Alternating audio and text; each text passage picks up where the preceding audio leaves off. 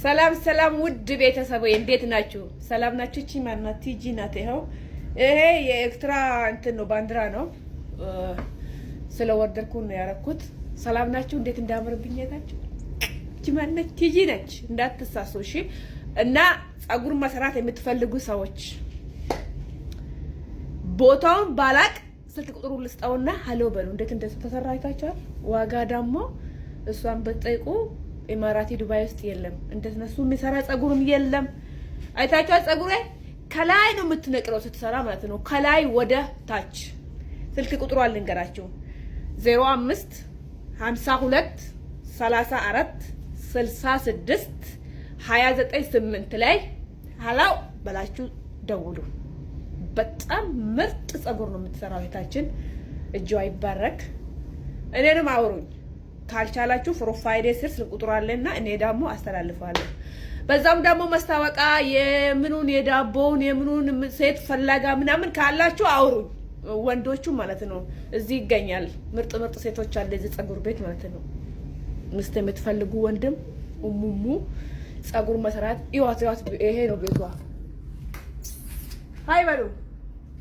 እቺ ነች እኔ ፍቅር። ቡናም ካለ የምትፈልጉ ሁሉም አለ ለማለት ነው። ወዳችኋለሁ። ኮፕሊንግ አድርጉ ደግሞ ቪቪ እኔ ጋፈ ኡልማየቹ ሲገሌሚ ጋፈ ኡልማ ሪፌንስ ነመጀላ ሀደን ሲገሌ ሽግሬ ኢቲ ሀደም ዲሱኒ ለኮም ሰሜ ቀይቹ ኡራ ሜቀ ቀብዲ ሰን ጋፈዱ ሰምቦደ ኡራ ሰዲት ሞተ ኡራ ለማጀ ጋፈዱ ማንዘሪ ተኡራ ለማዮታ ብየ ራፊሽ ሰኑማን ዴቢሲ ሸግላት ጉዲ ሂሜራ ፍረዱ ተና ኢሳ አንቺ ኢሲ አከረን ቦናማ ሎሚ ጊዜ ፉላን ከፍ ፉላን ጊዜ ይቀተኒ ፉላን ሎሚ ጊዜ ፉላን ይቀተኒ ደበልኛ ታያን ሲኒ ገለ አኒሞ ሙላጭ ጭንቂታራ መና መታክ የሙረ ነጥፈታት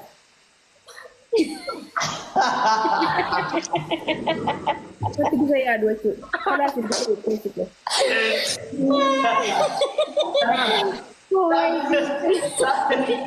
ነና ቢሰንጀ አሲኒ ከታሲ ነው እሺ አሲኒ ከታታ ማራ ከተናገ ታራኮ ቂማተ ሰንጅራዩ ሜዱ ገረገሪ ሜዱ ባንገረገለ እሰጌ ሂጅራ አራማ ከሰጋ የኩኖስ መጅራ በርበኩ በሰንጅራ ሰሉል ኖላ ወይ ረቢ ሲፊ ሱሲ ደረሩ ደረሩ ሪፌንስ ሁና ኢፊፉ አጭ ጀለ ጅርቱ ማዶይተ ዱበተና ደውን ቀብዱ በርሂ ወላሂ ማዶይተ ቲቪ ፍሪስ ወላሂ ፍሪስ እንጂ ስላፋን ቀበይን ዱበተ ወሊ ጉዱን ፊት ያሮ ከጭፊቲ ኢንሳ ማጂያ ቀብዱ በረ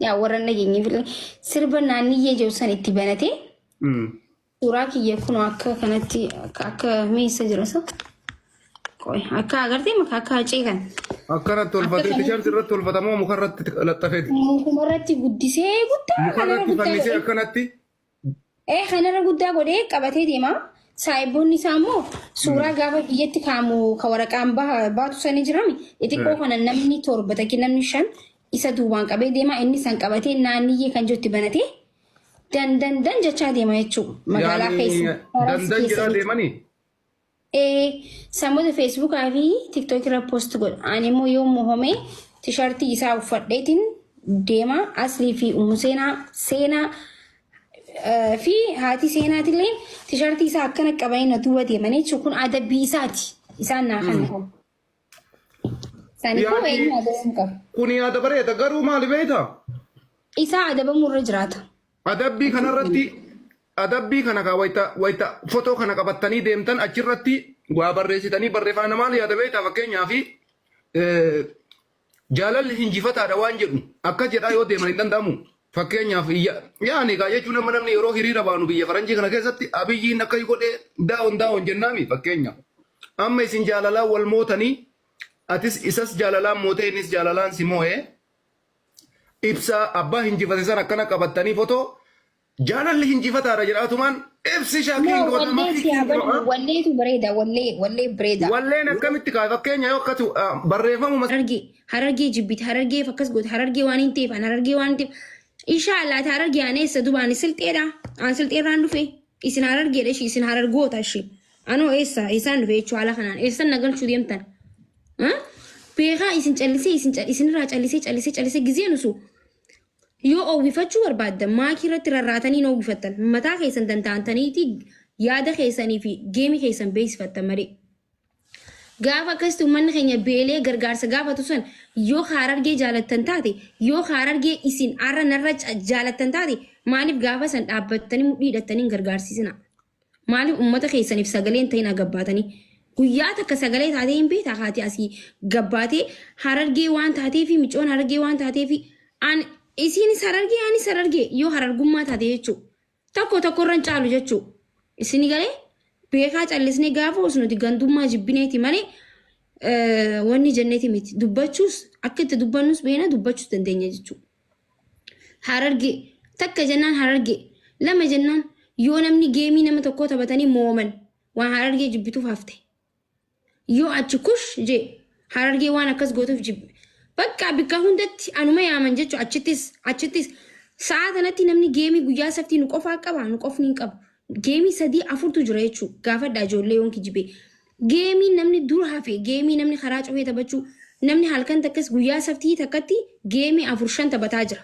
Keenya akkamii isin mul'ate amma ijoollee kaleessa dheengata na arrabsu jirtu bakka maakii tani waan ijoolleen harargeen arrabsitu wal qabsiisnaa jettanii yaada kana fiddanii malee.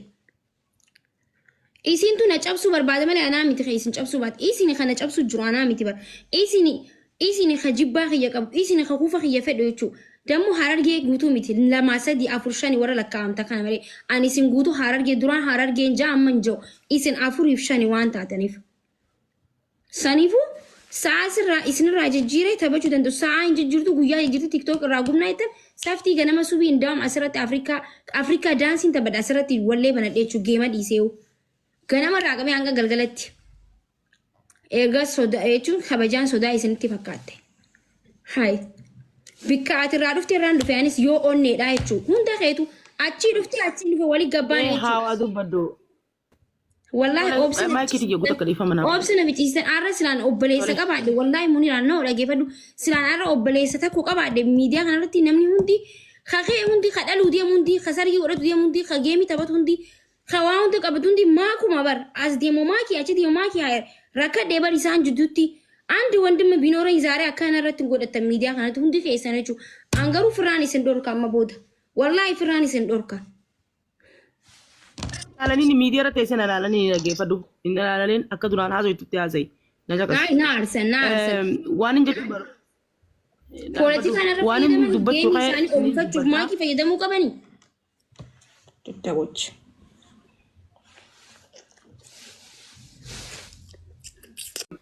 Viidiyoo baay'ee na erganii yoo akkanatti ilaaltu fakkeenyaaf akkanatti achi yoo ilaalte maayikii fayyada namni.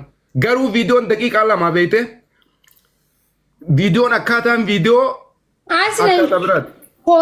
Fuula kiyya feesii kiyya footoshooppiitti godhanii akkamiin nam fakkaane duba. Naayi waa takka footoshoppii miti. Footoon sirrimaa footoshoppii illee hin goone garuu mucayyoon nama biraati. Ijoollummaa dirruma kee kana. Ani namoota hedduun ergee irra deebi'ee laalee. Yaa micayyoon gurraatti dabaraan diimtu dabaraan ni bara hedduun diimtu dha micoon gurraatti dabaraan. Naayi maayikii maal beektaa? Isiin amma wayita sanitti viidiyoon isii diimtuudhaatiin kabee kaa diiminni kee. Ajaa'iba qabda wallaahi 50 gabaleettee jaambar deeggadda akkatti nargee. 50 ani maaliif akkas jedhaan beektaa waan si amanuuf yaa. Waan si amanuuf mee dhugumatti. Yoo na amante 50 hin xiqqeessee bara dooraara 10 jechuun sirra jiraata ture bara. Yaa sani bar birrii 50 miti ati lootoo tokko yookaan wayita carraa wayii waa mokkortu birriin 10 guddaadha. Birrii 50 haaluma salphaa fudhachuun tapha si fakkaataati. 50 har. Hayyaati amma haala kanaan geemii fayyadamtu. Amma geemii kee kanarratti maayikii dhagahi. Ibsi shaallee ni jaalanna sillee ni jaalanna. Ati intala ta'e nata warra baaleeti. Innis ammoo mucaa kenna ka warra baaleeti. Amma ati intala ta'e amma falli maali maayikii bee maal agoonom. Amma mee maal goona rakkanne. Ati dhufte.